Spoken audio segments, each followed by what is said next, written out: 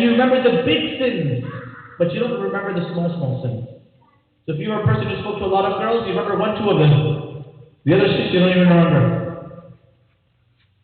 That's right, the way Allah did. Says, وَلَمْ أَدْرِ مَا حِسَابِيَهْ يَا لَيْتَهَا كَانَتِ الْقَاضِيَةَ. I wish I wish I was just dust. I wish I was nothing. On the day of judgment, Allah will call the animals, make them take their revenge, and then Allah will make them into dust. So if an animal that had antlers, it hit another animal who had no horns, and it damaged it, Allah will give the one without horns, and the one with horns, take it out, and Allah will say, take your revenge back. They will take the revenge, and Allah will turn it to dust. Ya laytani kuntu turaba. I wish I become dust. Yawma yaqumu ar-Rahman. Allah says on that day Allah will be there. And everyone will be there. Everyone will be scared to speak in front of Allah. And this person has it in their bad day, so they know today Allah is going to get them. Allah says, خُذُوهُ فَغُلُّوا ثُمَّ الْجَحِيمَ صَلُّوا ثُمَّ فِي سِلْسِلَةٍ ذَرْعُهَا 70 ذِرَاعًا فَاسْلُكُوهُ. Allah says, grab. And the angels will come and they will tie him. And they will tie him in strong, large chains. The person can't move. And they're stuck in that position. And Allah will have them dragged to down. Now, there are two levels of qisas. One is when the actions are debated, and one is when the book of deeds is presented in front of you. Then the mizan and the scale is brought. Now, in between this time,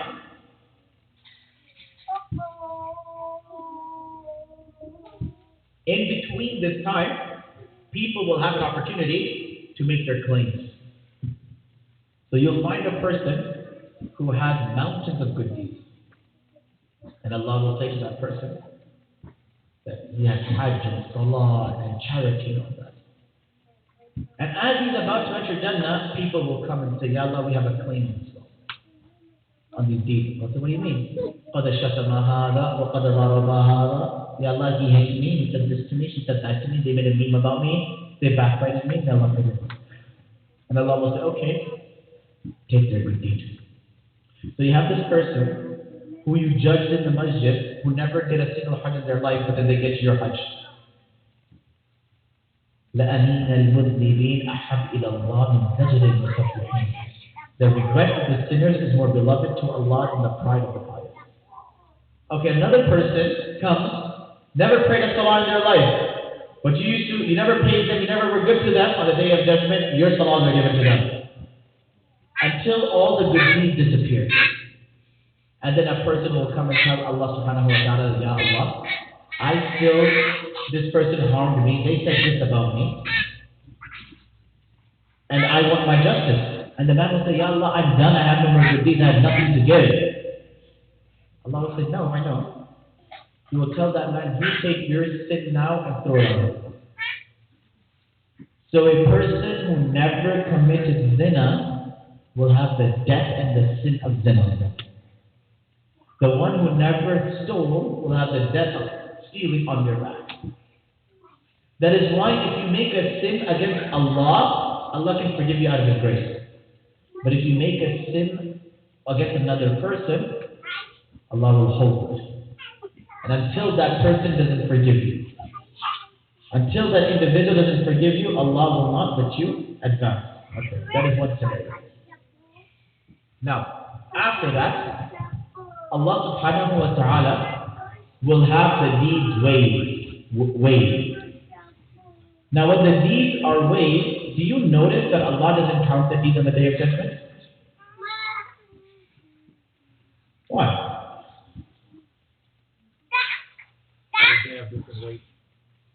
But why weigh them? Why isn't it the one akthara a'mala? Why isn't it ever more action? Isn't it that if a person prays 2,000 rakats, it's better than one who prays 2 rakats? It's a quality. You don't know if a person comes and prays 2 rakats but they're struggling. Ya Allah, I really didn't do this for you. And that ikhlas is more than all the other things we all do. That is why don't judge anyone. Don't look down on anyone. Allah weighs the deeds. He doesn't count them.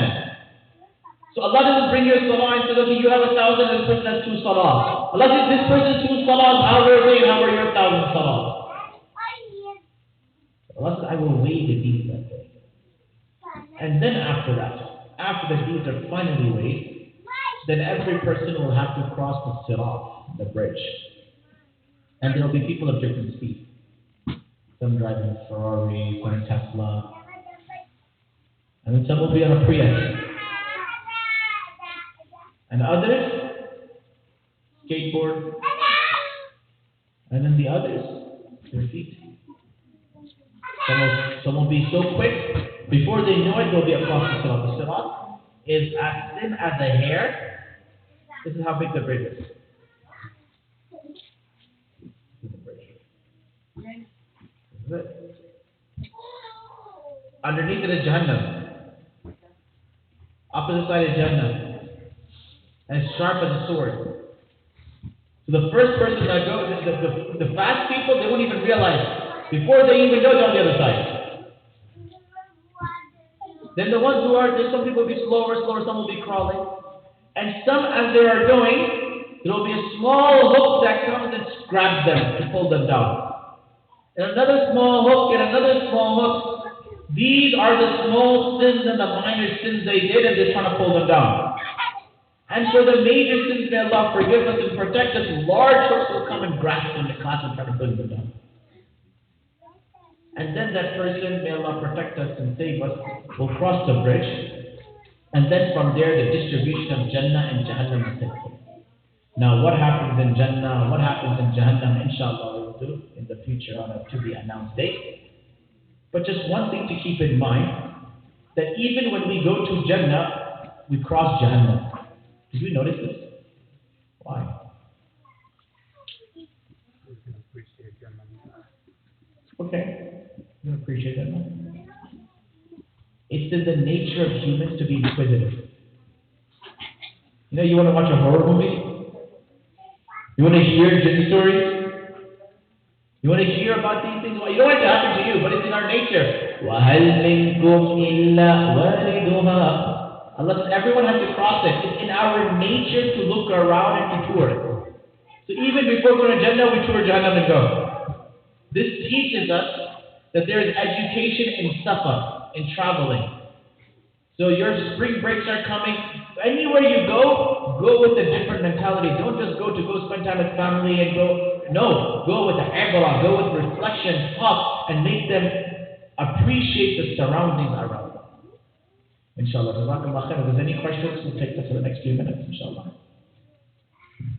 The questions can be on any topic. So you said everybody will cross Salat, or the people that... Everyone will cross it. Everyone will cross it.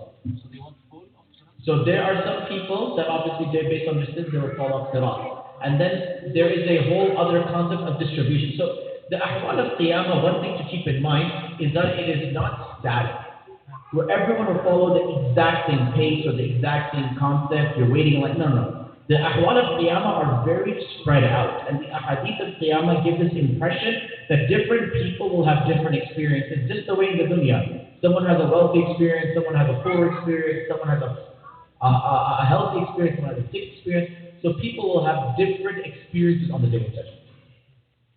Make sense?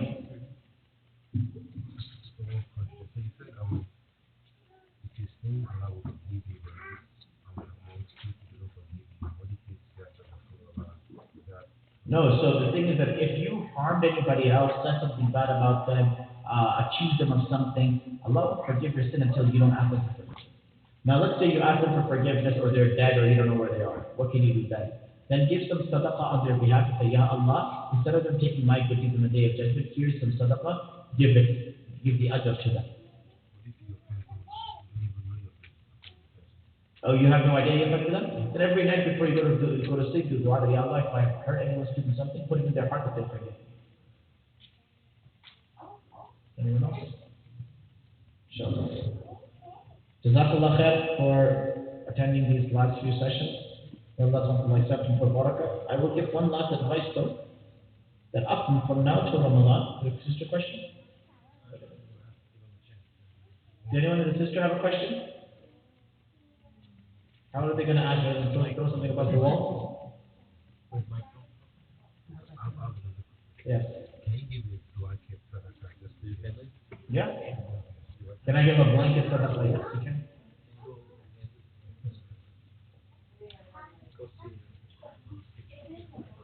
If any sister, wait, I have a better idea. Any sister has a question, knock on the wall.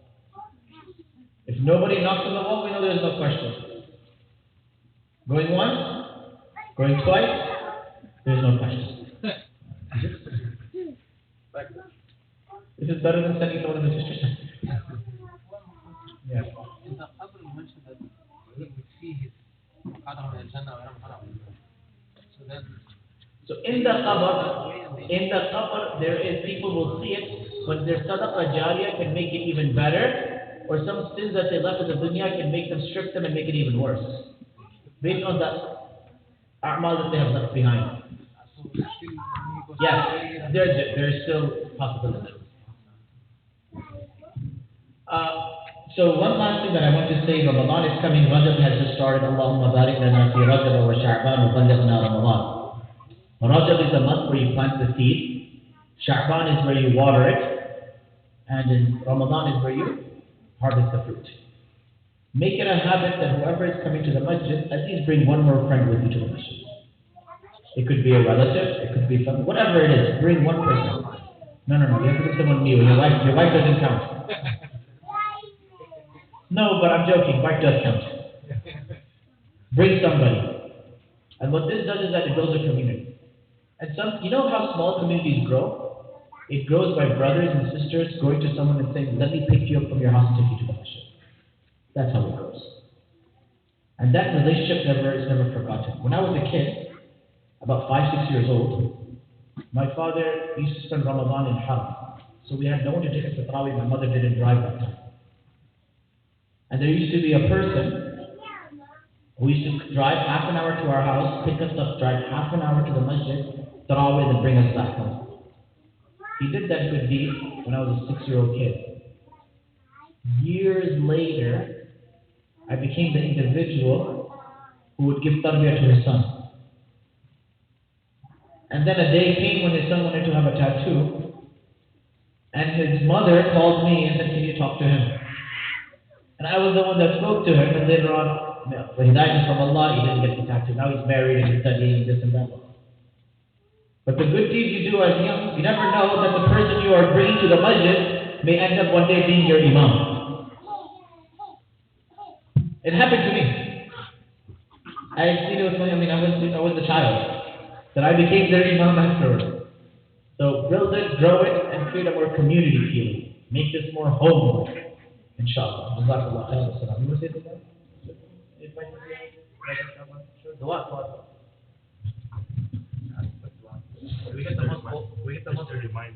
We get the oldest imam to do dua.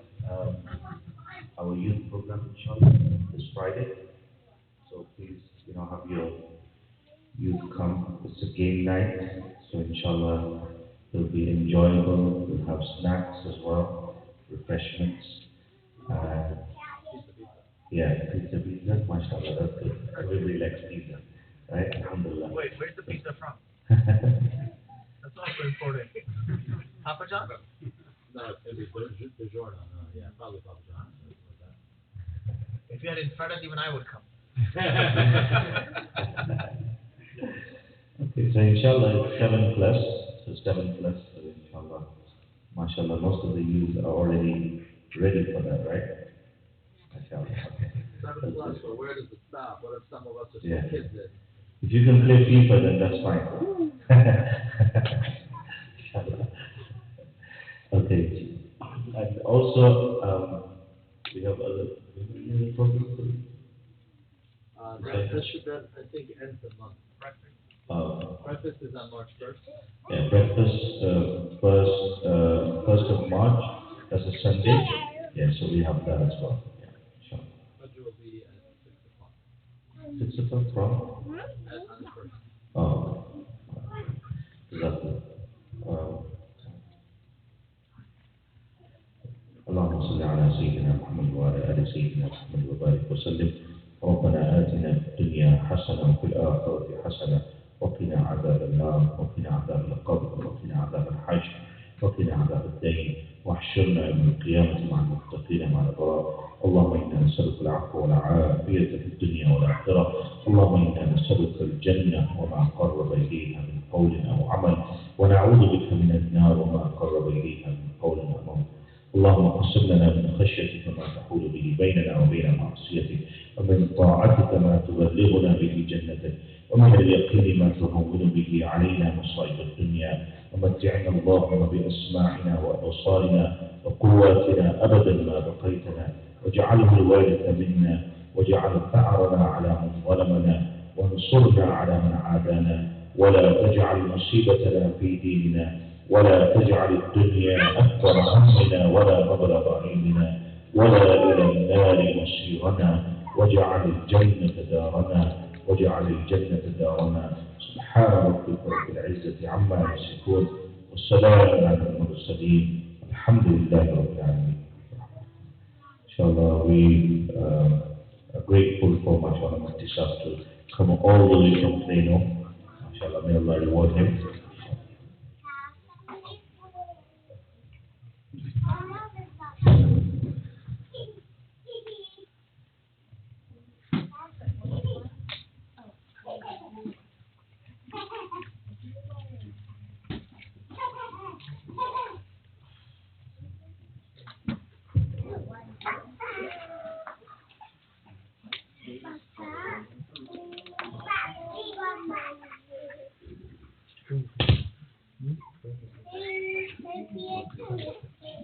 Oh.